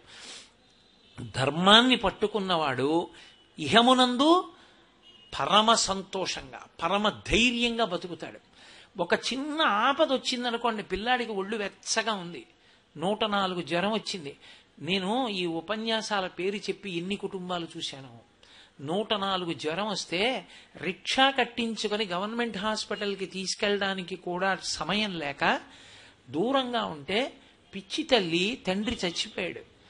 ఆ పిల్లాన్ని ఒళ్ళో పడుకోబెట్టుకుని తల పెట్టుకుని చంద్రశేఖరాష్టకం చదువుతూ ఎన్నడూ ధర్మం తప్పలేదు, ఉన్నదాంతో తృప్తిగా బతికాను, పరమేశ్వర వీడిని తీసేస్తే బతకలేను, రక్షించమని ఆవిడ ఏడిచి విభూతి పెడితే బయట హోర్న వాన, రిక్షాకి డబ్బులు లేవు, ఈశ్వరుణ్ణి నమ్ముకుని ఆ కన్న తల్లి పెట్టిన విభూతికి మర్నాడికి పిల్లలకి స్వస్థత కలిగినటువంటి కుటుంబాలు నాకు తెలుసు. ధర్మం రక్షిస్తుంది. ధర్మం అంటే ఒక్కటే, భగవంతుడు ఉన్నాడన్న భయము భక్తి. ఈశ్వరుడు లేని చోటు ఈశ్వరుడు చూడని కాలము లోకంలో ఉండదు. ఆయన అన్ని వేళలా చూస్తాడు, అంతటా చూస్తాడు, అన్నిటినీ చూస్తాడు. చూస్తున్నప్పుడు ఈశ్వరుడు చూడలేదని, ఈశ్వరుడు లేడని నువ్వు ఏ తప్పు చేయగలవు? ఆయన పరమేశ్వరుడు చూస్తున్నాడు, అంతర్యామిగా ఇక్కడే చూస్తున్నాడు, నేను చెయ్యలేను, ఆయన ముందు చేయలేను అన్న భావన నీకు ఉంటే అది సుసంపన్నమైన భక్తి. ఆ భావన నీకు లేనినాడు నిన్ను నీ చుట్టూ 2-3 వేల భగవద్గీత పుస్తకాలు పెట్టినా నువ్వు తప్పుడు మార్గంలో ప్రవర్తించకుండా నువ్వు ఉండలేవు. భగవద్గీత పుస్తకం నిన్ను మార్చదు, రామాయణం పుస్తకం నిన్ను మార్చదు. దాన్ని చదువుకుని మారిన నీ మనసు నిన్ను మార్చాలి. ఆ మనసు ధర్మాన్ని పట్టుకోవడం నేర్చుకోవాలి. భగవంతుడు వద్దన్న పని చెయ్యను, భగవంతుడు చెయ్యమన్న పని చేస్తాను, చాలు. ఈశ్వరుడి ప్రీతికి అది కారకం. ఈశ్వరుడి ప్రీతి అన్నది కలిగిందనుకోండి, అంతకు మించిన ఐశ్వర్యం లేదు. నన్ను నమ్మండి, మీతో యథార్థం చెప్తున్నాను. బుద్ధి దోషం చేత ఎప్పుడైనా మనం ఏదైనా పొరపాటు నిర్ణయం జీవితంలో చెయ్యబోతుంటే పరమేశ్వరుడు అడ్డుపడి ఆ పని చెయ్యకుండా చేసి మనని కాపాడతాడు. ఒక్కటే కారణం, ఆయన ధర్మమే దానికి కారణం. అందుకే ధర్మో రక్షతి రక్షితః. ధనం కన్నా గొప్పది ఇది అంటే ధర్మం. అందుకే ధర్మంతో ముడిపడిన ధనం ఉన్నదే అది ఎప్పుడూ మంగళాన్నే కోరుతుంది. మంచి ఒండ్రు మట్టిలోకి తీసుకెళ్లి వేసినటువంటి విత్తనాలు ఎలా పెద్ద పెద్ద వృక్షాలై అనేకమైనటువంటి కాయలు పళ్ళు ఇస్తాయో, అలాగే ధార్మికంగా బ్రతికి తెచ్చుకున్నటువంటి ఎంత తక్కువ ద్రవ్యమైనా సరే అది మీకు విశేషమైనటువంటి సుఖమునకు కారణమవుతుంది తప్ప, ధర్మాన్ని విడిచిపెట్టి తీసుకొచ్చింది ఏదైనా సరే అది అగ్నిహోత్రమే. అది చిన్నదవనివ్వండి, పెద్దదవనివ్వండి. అగ్నిహోత్రం అన్నది పుట్టిన తరువాత ఎప్పుడు కాల్చేస్తుందో ఎవరికీ తెలియదు. నీ ఇంట నువ్వు అగ్నిహోత్రాన్ని పెట్టుకోవడం ఎలాంటిదో, ధర్మాన్ని విడిచిపెట్టి ధనాన్ని తీసుకొచ్చి ఇంట్లో పెట్టుకోవడం కూడా అంతే ప్రమాదకరము. నాకు పేరు చెప్పడం ఇష్టం లేదు, కానీ అక్రమ మార్గంలో అసలు డబ్బు డబ్బు డబ్బు డబ్బు అంటూ బతికి అంత డబ్బు సంపాదించి పెద్ద మేడ కట్టి పదవీ విరమణ చేసి ఏమిటో ఇన్ని శాస్త్రాలు చెప్తారు నేను ఎంత సుఖపడుతున్నానన్న వ్యక్తి 60 ఏళ్లు దాటి రిటైర్ అయ్యి ఇంటికి వచ్చినటువంటి 3 నెలలలో ఉన్న ఒకే ఒక్క కొడుకు కోడలు ప్రమాదంలో శరీరం విడిచిపెట్టేస్తే, ఆ తర్వాత ఉన్న ఒక్క కూతురు అల్లుళ్ళో ఆ అల్లుడికి అకస్మాత్తుగా తల మీద పడకూడనంత పెద్ద వస్తువు పడి పిచ్చెక్కిపోతే, పిచ్చెక్కిపోయిన అల్లుడిని తీసుకెళ్లి గదిలో పెట్టేస్తే, ఆ అల్లుడికి అన్నం పెట్టడానికి కూడా భయపడిపోయి కూతురు బెంగ పెట్టేసుకుంటే, ఆ అల్లుడిని ఇంట్లో పెట్టుకుని కూతురుని ఇంట్లో పెట్టుకుని 60 ఏళ్లు దాటిన తర్వాత ఎవరికి ఇవ్వాలి డబ్బు? ఎవరు సుఖపడతారు దీనివల్ల? కూతురు ఏం చేస్తుంది డబ్బుతో? అల్లుడు ఏం చేస్తాడు? పిచ్చెక్కలా అరుస్తూ నేనేమైపోతాను అని గుక్కెడు మంచినీళ్లు తృప్తిగా తాగలేక బతుకుతున్న వ్యక్తులు కూడా నాకు తెలుసు. సంపాదించిన నాళ్ళు ఇదే నన్ను రక్షిస్తుందనుకున్నాడు. దాని ఫలితం ఏమిటో అది ఇవ్వడం మొదలుపెట్టిన నాడు తన దగ్గరే పనిచేసి పరమ ధార్మికంగా బతికి సంతోషంగా మనవలతో మునిమనవలతో వెంకటాచల క్షేత్రానికి వెళ్లి వెంకటేశ్వర స్వామి దర్శనం చేసుకోవడానికి వెడుతున్న వ్యక్తిని చూసి, ఇలా నేను బతికి ఉంటే నాకు ఇలాంటి రోజు వచ్చేది కాదని ఏడిచిన వాళ్ళు నాకు తెలుసు. ధర్మమే రక్షణ చేస్తుంది తప్ప కేవలము ధనము రక్షణ చేస్తుంది అనుకోవడం అదొక పిచ్చంతే. అది ఎంతకాలం ఉంటుంది ఆ పిచ్చంటే, అది దాని యొక్క ఫలితాన్ని ఇవ్వడం మొదలు పెట్టేంత వరకు నా అంతవాడు నేను అంటాడు. అది దాని ఫలితాన్ని ఇవ్వడం మొదలుపెట్టిందా అప్పుడు తెలుస్తుంది తను ఎంత తక్కువవాడు. రావణాసురుడిని మించిన ఐశ్వర్యవంతుడు ఈ ప్రపంచంలో ఇంకొకడు లేడు. ఎవడికైనా ఇంట్లో బంగారం కప్పు ఉంటుంది, బంగారం పళ్ళెం ఉంటుంది, పోని ఏకంగా కాంచన లంకకి అధిపతి. ఎంతమంది నచాకులీనా నచహీన రూపా నదక్షిణానా నపచారయుక్త భార్యాభవత్తస్య నహీన సత్వా నచాపి కాంతస్య నచాపిహీన అన్నారు వాల్మీకి మహర్షి. అంతమంది కాంతలతో భోగం అనుభవించాడు. అంత రాక్షస బలం. ఇంద్రుణ్ణి ఓడించినటువంటి ఇంద్రజిత్తు కొడుకు, పరమ పతివ్రత మండోదరి భార్య, పరమ బలవంతుడైనటువంటి కుంభకర్ణుడు తమ్ముడు, ఇంత 100 యోజనముల సముద్రమును దాటి వెడితే తప్ప అడుగు మోపడానికి వీలు కానటువంటి లంకారాజ్యం, భద్రత, దండకారణ్యం వరకు పెట్టాడు. జనారణ్యం వరకు రాక్షసులే, ఖరదూషణాదులు.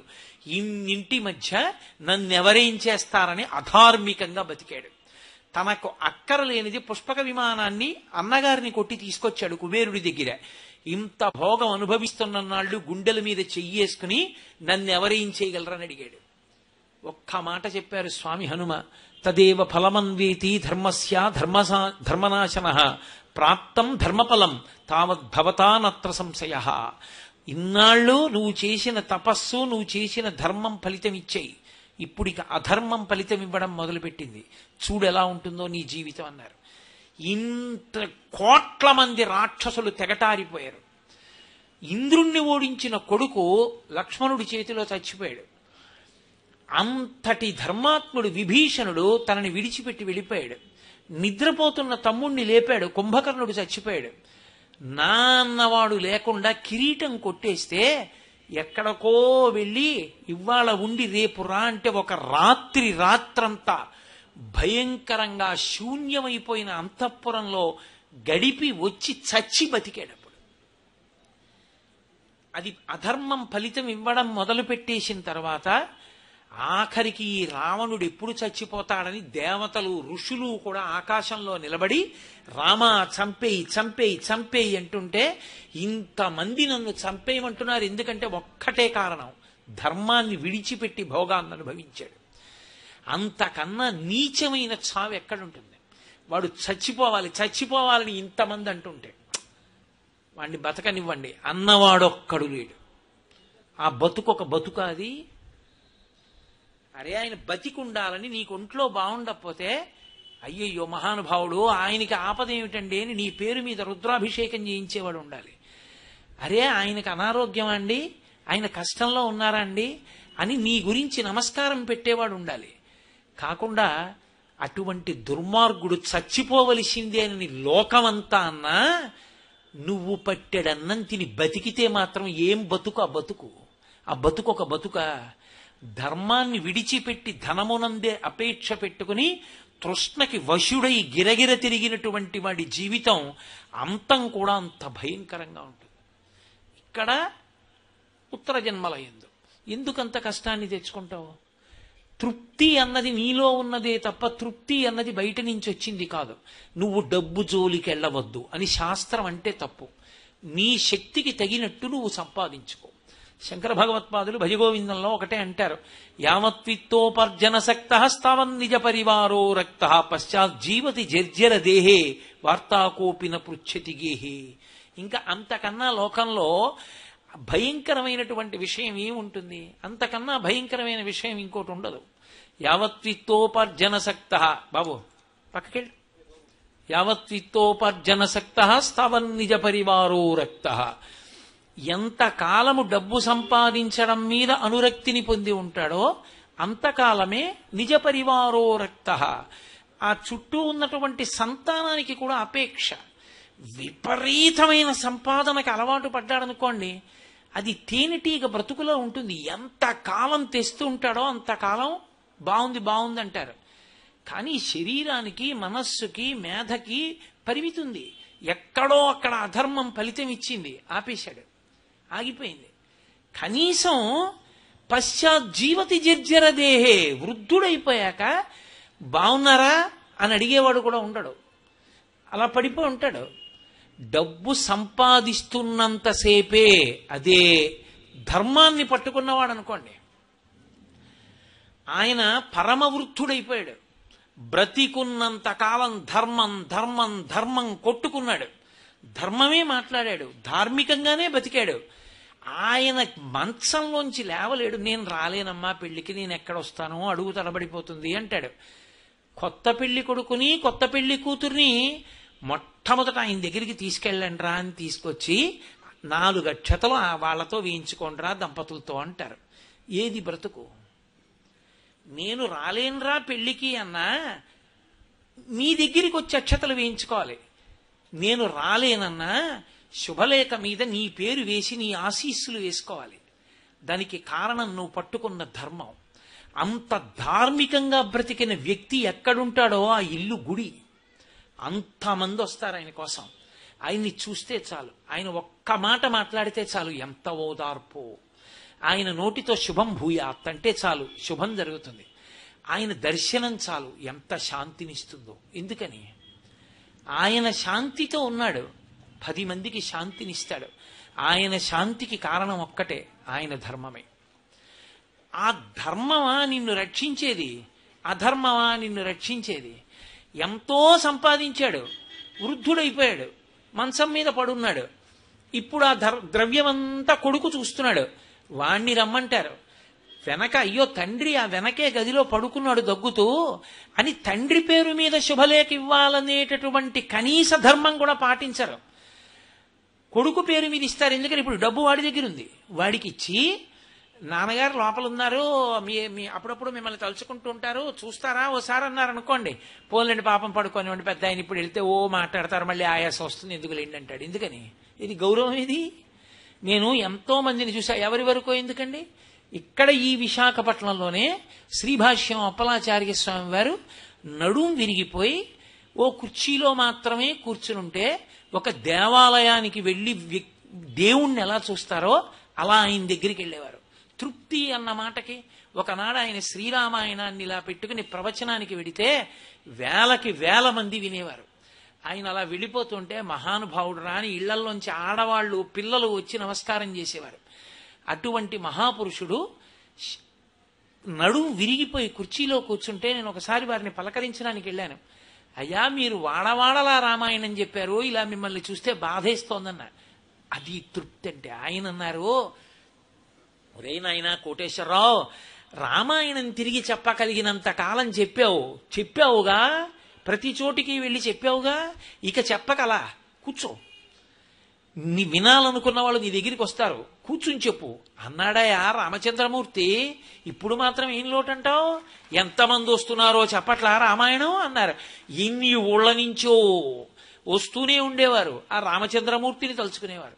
చిట్ట చివర హాస్పిటల్కి తీసుకెళ్లిపోతుంటే కూడా, గుండె నొప్పి వస్తూ కూడా మహానుభావుడు వచ్చిన వాళ్ళని, ఎక్కడి నుంచి వచ్చారో, బాగున్నారా, ఆరోగ్యం బాగులేదు, హాస్పిటల్కి వెళ్తున్నానేమనుకోకండి, ఎక్కువ మాట్లాడలేనని వెళ్ళారంటే, పూర్వభాషీచ రాఘవ, ముందు మాట్లాడే రామచంద్రమూర్తి లక్షణం ఆయన ఎందు ఉపాసనగా వచ్చింది.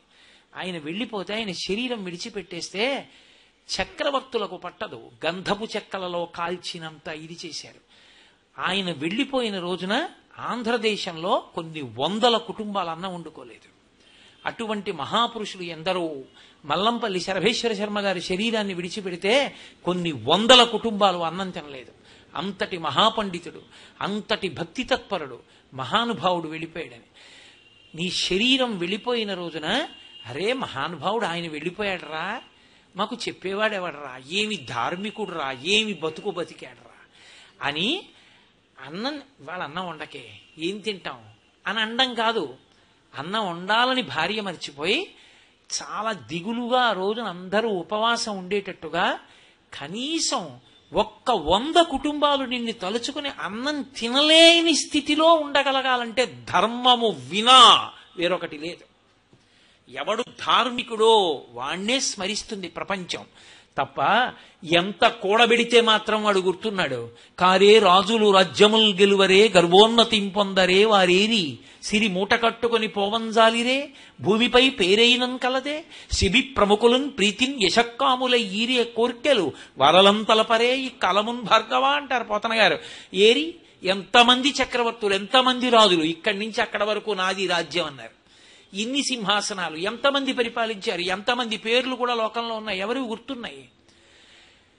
ఎవడు ఇచ్చాడో ఎవడు దాత అయ్యాడో అటువంటి శిబి చక్రవర్తి మొదలైన వాళ్ళు స్థిరమైనటువంటి కీర్తిని సంపాదించి చరిత్ర పుటల్లో శాశ్వత స్థానాలు సంపాదించుకున్నారు తప్ప నాది నాదని మూటగట్టుకున్న వాళ్ళెవరు మిగిలిపోయిన వాళ్ళు లేరు, అనుభవించిన వాళ్ళు లేరు. చిట్ట చివరికి మనం కథలు వినలా, మణుగుల మణుగుల బంగారం దక్షిణ దేశానికి వచ్చి దేవాలయాలు కొల్లగొట్టి పట్టుకుపోయిన వాళ్ళు నే చచ్చిపోయాక ఈ బంగారం ఏమైపోతుందో అని 4 ఖర్చుకు చచ్చిపోయారు. పట్టుకెళ్ళగలిగాడా?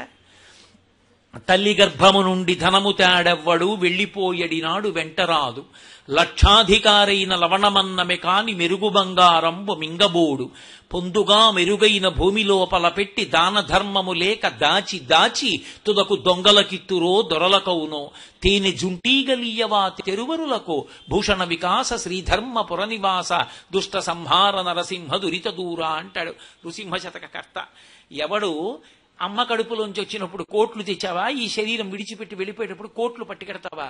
అలెగ్జాండర్ ద వరల్డ్ కాంక్వరర్ అనిపించుకున్నవాడు శరీరం విడిచిపెట్టే ముందు చెప్పుకున్నాడు, శవపేటికలోంచి 2 చేతులు ఇలా బయట పెట్టేసినవి పాతి పెట్టేసి బయట పైన బోర్డు పెట్టండి, Alexander the world conqueror who has conquered the entire world left this world without taking even a single naya paisa with him, stretching his hands like this.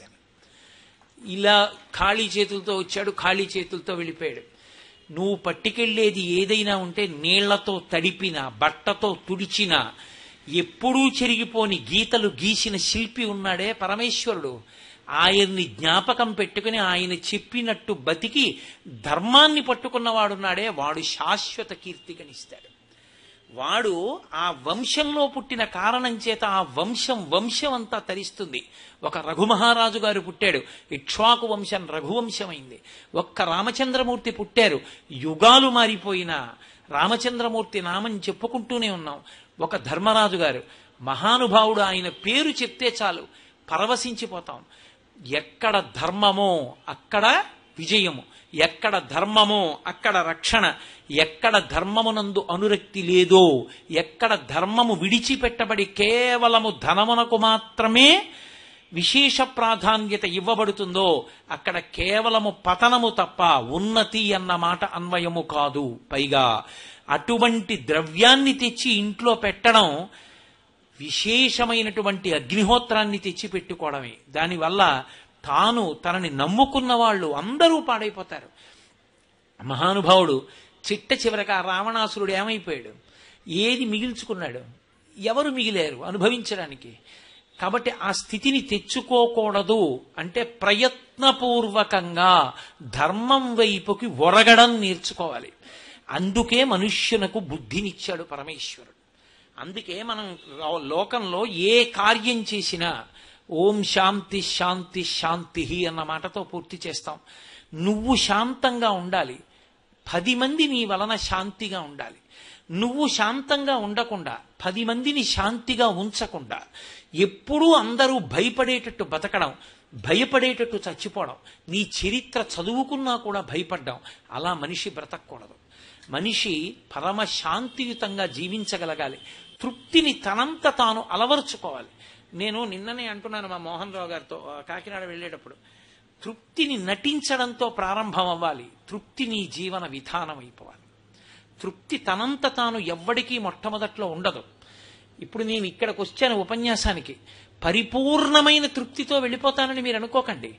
నాకు అసంతృప్తి కల్పించినటువంటిది ఏదో 1, 2 ఉండొచ్చు. నేను అసంతృప్తి పొందాలి అనుకుంటే అబ్బా సూదులతో పొడిచినట్టు పొడిచేసే దోమలు అని అసంతృప్తి పడిపోవచ్చు.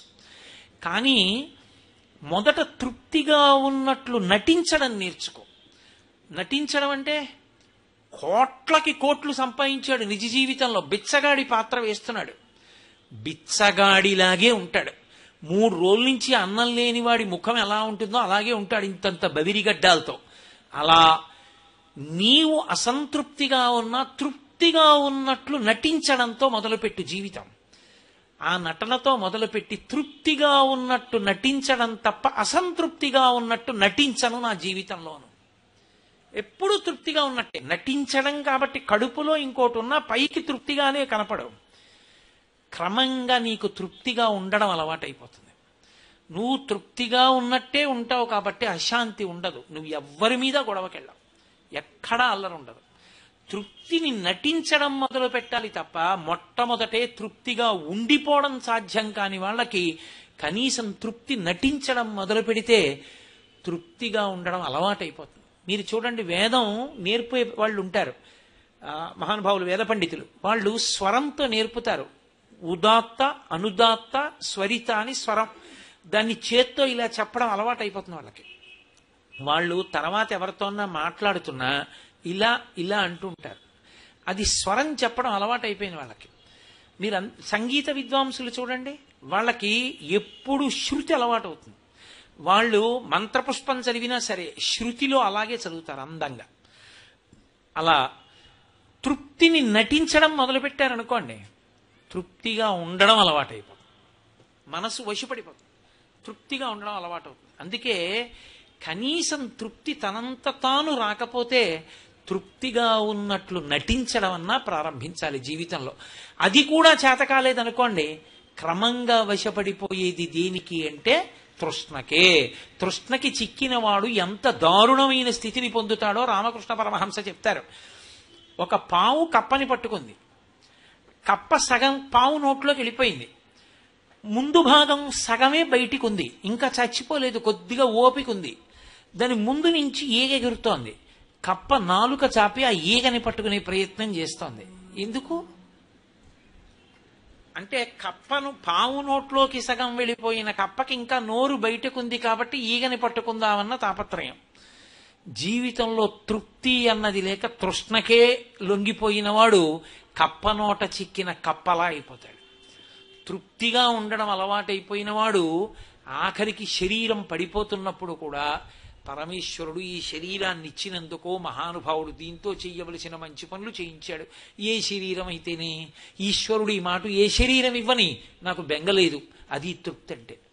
ఆయన పాదముల యందు భక్తితో ఉండగలిగితే చాలంటాడు. నరత్వం దేవత్వం నగవన మృగత్వం మశకతా పశుత్వం కీటత్వం భవతు విహగత్వాది జననం సదాత్తత్పాదాబ్జ స్మరణ పరమానందలహరీ విహారాసక్తం చేద్రు దయమిహ కింతేన వపుష అంటారు శంకరాచార్యులు వారు శివానందలహరి చేస్తూ. నాకు ఓ స్నేహితుడు ఉన్నాడు, ఆయన ఓసారి గృహప్రవేశం చేశాడు. నేను ఆ గృహప్రవేశం చూడడానికి వెళ్ళాను ఏలూరు. వెళ్తే పెద్ద మేడ కట్టుకుని ఆ మర్నాడు మేడ మీద కూర్చుని నాతో అన్నాడు, ఏమయ్యా సంతోషంగా ఉంది, చాలా పెద్ద మేడ కొట్టావు, ఈత కొలను కూడా కట్టావా ఇంట్లో, చాలా బాగుందన్నాను. అంటే అతను అన్నాడు, ఏమి తృప్తి కోటేశ్వరరావు, ఇది కాదయ్యా, నిజమైన తృప్తి ఎప్పుడో తెలుసా, మేమందరం ఒక్క గదిలోని 2 గదులుండే, ఒక గది వంటిల్లు, ఓ గది హాలు, మాకు ఒక్క టేబుల్ ఫ్యానే ఉండేది కోటేశ్వరరావు. టేబుల్ ఫ్యాన్ ఇలా పెట్టి నేను ఇలా తల, మా తమ్ముడు ఇలా తల, మా అక్క అలా తల, మా చెల్లి ఇలా తల పెట్టుకుని మేము పడుకుంటే ఈ టేబుల్ ఫ్యాన్ మించి వచ్చినటువంటి గాలి తగులుతుంటే నిద్రపోయే వరకు నేను, మా తమ్ముడు, మా అక్క, మా చెల్లి అలా మాట్లాడుకుంటూ అందులోనూ వంతులేసుకుని అటు పడుకున్న వాళ్ళు రేపు ఇటు ఫ్యాన్కి దగ్గరగా, ఇవాళ ఇటు పడుకున్న వాళ్ళు రేపటు, అలా పడుకుని నలుగురం తలలు తగులుతూ పడుకుని మాట్లాడుకుంటూ మేము పడుకున్న రోజుల్లో ఉన్న తృప్తి ఏమిటో ఈ మేడలో ఉందనుకుంటున్నావా, ఇందులో లేదయా అన్నాడు. తృప్తి ఏదో ఉండడం వల్ల కాదు, తృప్తి ఇక్కడ సాధారణంగా మనిషి జీవితంలో ఉండే లోటు ఎక్కడుంటుందంటే ఏది పోయిందో అక్కడ తృప్తి ఉందంటాడు. మీరు చూడండి, పిల్లలు పెద్దవాళ్ళై ప్రయోజకులు అయితే బాగుండండి అంటాడు. పిల్లలు పెద్దవాళ్ళు అయిపోయారు, వాడు మంచి ఇంజనీర్ అయిపోయాడు, వాడు లండన్ వెళ్ళిపోయాడు. పిల్ల మంచి ఇంజనీర్ అయిపోయింది, అల్లుడు గారు అమెరికా వెళ్ళిపోయాడు. ఇప్పుడు గ్రిల్ దగ్గర నిలబడి బయటికి చూస్తాడు, పిల్లలు వెళ్ళిపోతూ ఉంటారు బ్యాగులు వేసుకుని. ఏమిటో ఆ రోజుల్లోనండి పిల్లలు ఇద్దరు బ్యాగులు వేసుకుని ఇంటికి పరిగెత్తుకొస్తే మా ఆవిడ చిన్న చిన్న గిన్నెల్లో జంతిక ముక్కలు పోస్తే నలుగురం కూర్చుని ఆ జంతిక ముక్కలు తిన్నప్పుడు ఎంత తృప్తిగా ఉండేదో. ఇప్పుడు ఏమిటో ఆ స్కైప్లో చూడటమే, వాడు వచ్చినప్పుడు వీడు రాడు, వీడు వచ్చినప్పుడు అది ఉండదు, ఏమి జీవితం అండి అంటాడు. ఏదో పోయిందాన్ని తలుచుకుని నేను అప్పుడు తృప్తి, అప్పుడు ఏమిటో వీళ్ళు పెరగాలి, పెద్దవాళ్ళు అవ్వాలి, మంచి మంచి పెద్ద పెద్ద స్థితుల్లోకి వెళ్ళాలి, ఏమిటో అని అప్పుడు ఏడిచాడు. ఇప్పుడు పోయిందని ఏడిచాడు. ఎప్పుడు ఏడిచి పోయిందానికి తృప్తి పడ్డం కాదు, ఇప్పుడు నీకు ఇక్కడ ఈశ్వరుడు ఏమిచ్చాడో దానితో తృప్తిపడు.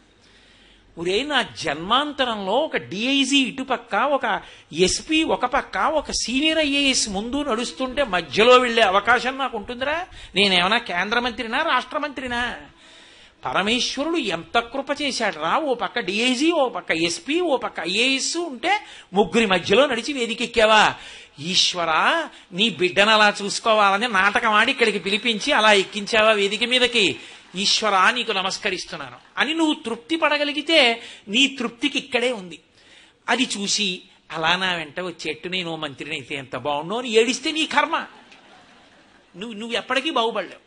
నీకు ఈశ్వరుడు ఎప్పుడు ఏమిచ్చాడో దానికి తృప్తి పడు. ఆ తృప్తికి కారణం ఉండక్కర్లేదు. ఆకలి సరిగ్గా లేదని 1000 రూపాయల మందులు వేసుకుని ఏడుస్తున్న వాళ్ళు కోట్ల మంది ఉన్నారు. వేల పట్టున ఆకలేస్తోంది, సంతోషించు.